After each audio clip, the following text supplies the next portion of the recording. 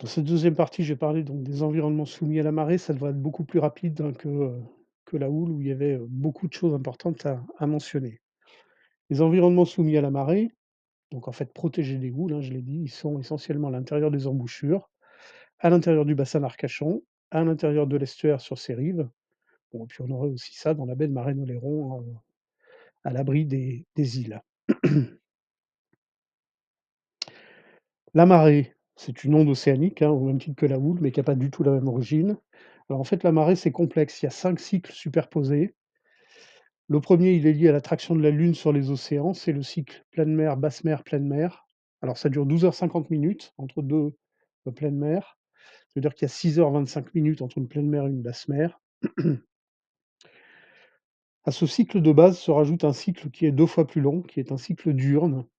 Et en fait, les 2 interagissent et en fonction de l'endroit où on est sur le globe, parfois on n'aura qu'une seule pleine mer par jour. Donc c'est ce qu'on va appeler les zones où la marée est diurne. C'est le cas par exemple de la mer de Chine, du golfe du Mexique, de la mer Baltique en Europe. Et puis dans certains cas, au contraire, le cycle diurne disparaît complètement et on n'a que ce cycle semi-diurne, hein, de pleine mer, 12h50. C'est le cas de la côte Aquitaine. Ensuite, on a l'effet de l'attraction du Soleil, couplé à celui de la Lune. Donc là, ça va créer ce qu'on appelle les cycles vives-eaux, mortes-eaux, vives-eaux. Alors ça dure 14 jours, il y a 14 jours entre 2 vives-eaux, 14 jours entre 2 mortes-eaux. Les vives-eaux, c'est au moment où la Terre, la Lune et le Soleil sont alignés, donc au moment de la nouvelle Lune ou de la pleine Lune. Et les mortes-eaux, c'est au moment où, la Lune et le Soleil sont à 90 degrés de la Terre, premier quartier, dernier quartier. On rajoute à ça un cycle mensuel qui est lié au fait que la Lune est plus ou moins près de la Terre en fonction du moment du mois. Et puis enfin, on a le cycle le plus long qui est un cycle semi-annuel. Alors c'est lié ça à la révolution de la Terre autour du Soleil. Au moment des équinoxes, on passe dans ce qu'on appelle le plan de l'écliptique en mars-avril et en septembre-octobre et donc là, on a des coefficients très importants qui sont les grandes marées. Donc 5 cycles superposés et je ne vais pas plus loin dans l'explication, hein, de l'origine astronomique de la marée. En fait, la seule chose qui soit importante pour nous, pour ce qu'on va voir cette semaine, c'est la notion de ce qu'on appelle le marnage, qui est la différence d'altitude entre la pleine mer et la basse mer, mesurée en vives eaux. Et ça, vous savez qu'en fonction de l'endroit où on est sur le globe, le marnage varie. Alors, on a ce qu'on appelle des côtes macrotidales, comme la côte atlantique, entre, la marée, haute et la marée basse en vives eaux, c'est 5,50 m à peu près, 2 mètres pendant les mortes eaux. C'est beaucoup plus important évidemment que ce qu'on peut avoir en côte sur les côtes méditerranéennes. Donc la Méditerranée, a des côtes microtidales. La marée au maximum fait 50 centimètres, donc autant dire qu'elle est quasiment inexistante et inversement, on a des endroits où, la marée est amplifiée, alors par tout un système de résonance, hein, qui sont liés à la forme des bassins et le maximum en Europe, c'est la baie du Mont-Saint-Michel, qu'on appelle donc une côte hypertidale, où on peut avoir jusqu'à 15 mètres entre pleine mer et basse mer en vives eaux. On a également des marées qui sont très importantes dans l'estuaire de la Severn en Angleterre. C'est entre, donc la Cornouaille et le Pays de Galles. Et puis vous savez peut-être que le record mondial de la marée, c'est de l'autre côté de l'Atlantique, du côté canadien, en fait, dans ce qu'on appelle la baie de Fundy, qui est entre la péninsule de Nouvelle-Écosse et le Canada. Et là, on a des marées qui peuvent dépasser les 20 mètres en vives eaux. Bon, donc nous, on est sur des côtes macrotidales, 5,50 m. Alors pourquoi est-ce que c'est important? Parce qu'en fait, ça va déterminer l'étendue de ce qu'on appelle l'estran ou la zone intertidale. C'est la surface qui découvre à chaque marée et on comprend bien que plus, le marnage est important et plus cet estran va être étendu. Dans la baie du Mont-Saint-Michel, on a un estran qui est extrêmement vaste, hein. Par contre, en Méditerranée, l'estran est quasi inexistant et puis nous, sur la côte atlantique, on a un estran qui est beaucoup plus modeste que dans la baie du Mont-Saint-Michel, mais qui peut couvrir des surfaces importantes, en particulier dans le bassin d'Arcachon et à l'intérieur de l'estuaire. Pourquoi c'est important? Parce que dans les zones qui sont protégées des houles, que j'ai évoquées dans la première partie du diaporama, les estuaires, les lagunes, les baies, c'est, cet estran qui va constituer la zone d'accumulation des sédiments fins de la vase et ça forme donc un environnement, qu'on appelle les marais maritimes. Ces marais maritimes, quand on est en zone intertropicale, c'est les mangroves. hein, parce qu'on a enfin, les palétuviers qui vont se développer sur ces zones-là et donc qui forment cette forêt infinie. Bon, évidemment, chez nous, ça n'existe pas, c'est juste les marais. Bon, comment fonctionnent les marais? Très, très simplement, là, vous avez une échelle relative de la marée. Bon, le niveau moyen qui veut rien dire, hein, c'est juste, une espèce de zéro relatif. Au-dessus, vous avez toutes les hautes mers. Alors, hautes mers de mortes eaux qui sont plus basses, hautes mers de vives eaux qui sont très hautes et les hautes mers moyennes. Et puis évidemment, en dessous, vous avez les basses mers, de vives eaux qui sont très basses, de mortes eaux qui sont moins basses, et puis les basses mers moyennes.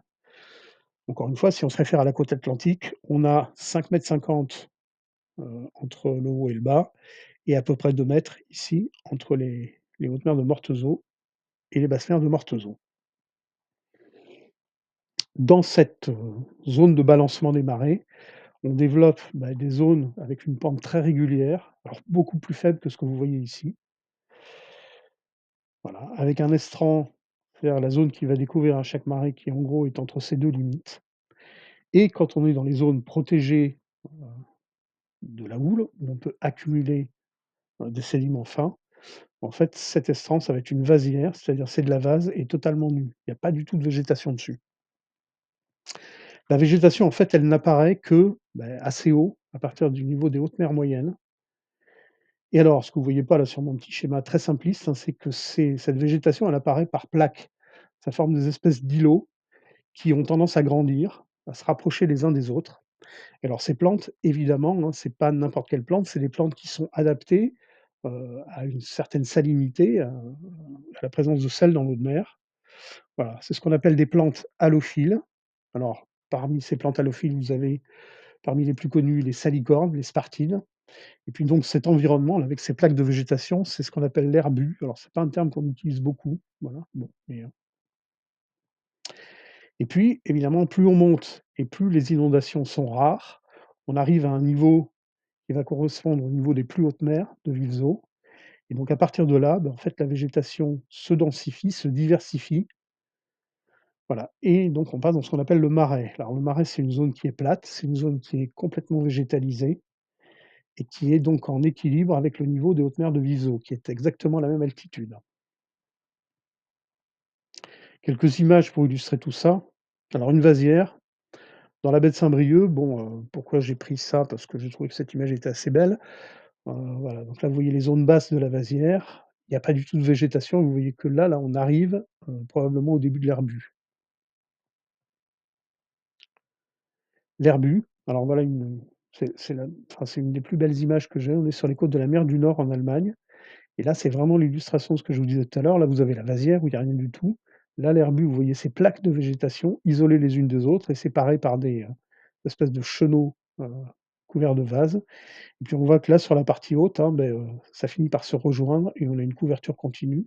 Et là, on passerait au marais. Dans leur très grande majorité, hein, les surfaces de marais, elles ont été, récupérées sur le milieu marin, elles ont été aménagées, asséchées. On dit souvent poldérisées. Bon, c'est le cas, assez largement, dans l'estuaire de la Gironde. Bon, là, vous avez une image qui provient des marais de Rochefort, mais enfin, ça ressemble comme 2 gouttes d'eau à ce que vous pourrez observer dans les marais du Nord-Médoc.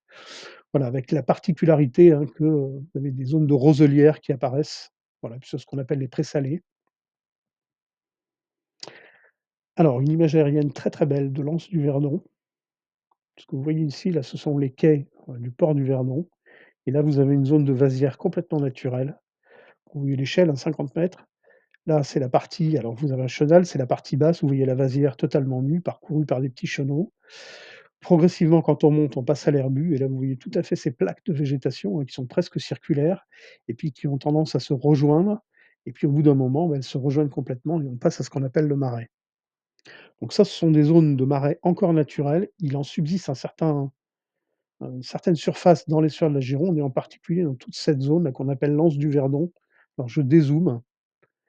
Le détail que vous venez de voir, hein, c'était ici, là, c'était ce petit secteur-là, voilà, et en fait, l'anse du Verdon qui est ici, on a, toute une zone de marais encore non récupérée, non poldérisée. On s'en approchera nous le dimanche soir, on ira ici là, au-delà du port de Néran et puis on essaiera d'aller voir ici le long le long de la digue, ce qu'on peut observer de ces environnements encore naturels.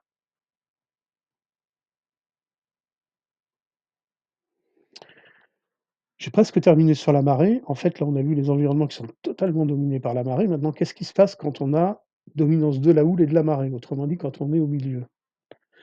Alors en fait, hein, c'est jamais, les 2 en même temps. Quand c'est le cas, on va avoir des périodes qui sont dominées par la marée et des périodes qui sont dominées par la houle et ça en général au gré de variations climatiques et donc ce qui se passe, hein, c'est assez simple et c'est résumé sur ce petit schéma. Quand on est en période où c'est la marée qui est dominante, beh, on fabrique ce que je viens de décrire, on fabrique des marais avec un herbu et puis une vasière et puis tout ça, ça prograde, c'est-à-dire que ça les sédiments s'accumulent et ça progresse, hein, sur le milieu, marin ou sur l'estuaire. Et puis quand on passe dans une période où la houle devient dominante, bah, la houle en fait son effet c'est d'empêcher déjà le dépôt de la vase et puis elle va avoir un effet érosif, elle va éroder, puis elle va remonter du sable et elle va venir accumuler ici là une ride sableuse, alors qui est jamais aussi, pointue que ça, hein. Là vous avez une exagération verticale de 240, hein, voilà donc bon. Donc une ride sableuse qui est beaucoup plus, discrète que ça et puis quand on repasse en période de domination de la marée, bah, à nouveau, on va fabriquer des marais qui s'étendent à l'avant de ce cordon sableux. Donc en fait, on a un cordon sableux qui est isolé au milieu des marais. En fait, on appelle ça un chenier. Alors le terme de chenier, c'est un terme d'origine cajun, puisqu'en fait, ce type de formation est très développé sur les côtes de Louisiane, au fond du golfe du Mexique. Voilà, je vous montre une image qui vient de ce secteur-là. Alors en fait, c'est les marais, c'est les bayous, hein. Donc là, vous avez une surface de bayou dans laquelle vous voyez une, deux, trois, 4 rides sableuses, donc 4 cheniers. Le terme de chenier, ça vient du fait que la végétation naturelle qui s'installait sur ces rides sableuses, bah, c'était des chênes. Et alors ce que vous voyez, hein, c'est que ces rides sableuses qui sont un tout petit peu plus hautes que la surface des marais alentours, bah, en fait, sont les zones où vont s'installer les voies de circulation et puis les habitations. Alors là, c'est le cas pour un, 2, 3 cheniers, pas le quatrième, mais voilà. Là, vous avez 4 cheniers. Dans le Médoc, on en a qu'un seul. Juste avant de revenir au Médoc, voilà, donc là, vous voyez une image un peu plus large. Ce que vous avez vu, c'est, ce secteur-là et vous voyez que des chenils, il peut parfois y en avoir une bonne dizaine, accolés les uns aux autres. Nous, dans le Médoc, il y en a qu'un seul, je vous l'ai dit. Il est ici, il s'appelle le cordon de Richard. Il s'étend sur une bonne vingtaine de kilomètres entre les rives de l'Estuaire à Saint-Christoly jusqu'à pratiquement Soulac. Alors ce cordon de Richard, encore une fois, hein, c'est pas du tout une ride, très pointue comme vous avez vu sur le schéma d'avant. C'est quelque chose de très discret. En fait, quand on est dessus et on va le suivre ce cordon de Richard, on a vraiment du mal à le voir. Par contre, on le voit très bien sur les images satellites. Voilà, il est ici. Alors c'est bien exactement comme dans les bayous de Louisiane, hein, vous avez, une route et vous avez les fermes tout du long, alors que des 2 côtés, vous avez les surfaces de marais, sans aucune, habitation. Là, ce qui est frappant dans le cas du Médoc, hein, c'est la différence de parcellaire qu'on a entre, les marais internes et les marais externes. Alors ça, en fait, c'est lié simplement au fait que, ce cordon de Richard, en fait, il était au milieu de ces vasières qui étaient encore actives jusqu'au XVIIe siècle et vous voyez, en fait, on avait des villages, en particulier Thalet ou Jodignac, qui, en fait, étaient des îles au milieu des marais et à cette époque-là, au XVIIe siècle, on a fait appel à des ingénieurs hollandais, donc qui sont venus en Médoc et qui ont renforcé ce cordon de Richard, hein, pour, réussir à récupérer, tous les marais qui sont à l'intérieur, donc qu'on appelle les palus. Voilà et ça explique, hein, ce parcellaire, on va dire un peu chaotique et puis un siècle plus tard, au XVIIIe siècle, on a gagné toute la partie qui est en avant en construisant la digue qui est ici, qui est toujours la rive actuelle, des marais, du Médoc. Voilà, pour récupérer cette deuxième génération qu'on appelle localement les mattes. Voilà et vous voyez la différence de parcellaire très nette entre les 2. Alors quand on sera sur le cordon de Richard, hein, moi je vais vous montrer à quoi on arrive à le reconnaître. Bon par contre effectivement, il faut vraiment prendre de la hauteur ici pour arriver à voir vraiment ces choses-là. Ce cordon de Richard, malgré le fait qu'il est très discret, il a une importance capitale vis-à-vis de l'histoire de ce secteur et je reviendrai dessus dans le 3e et le 4e diaporama.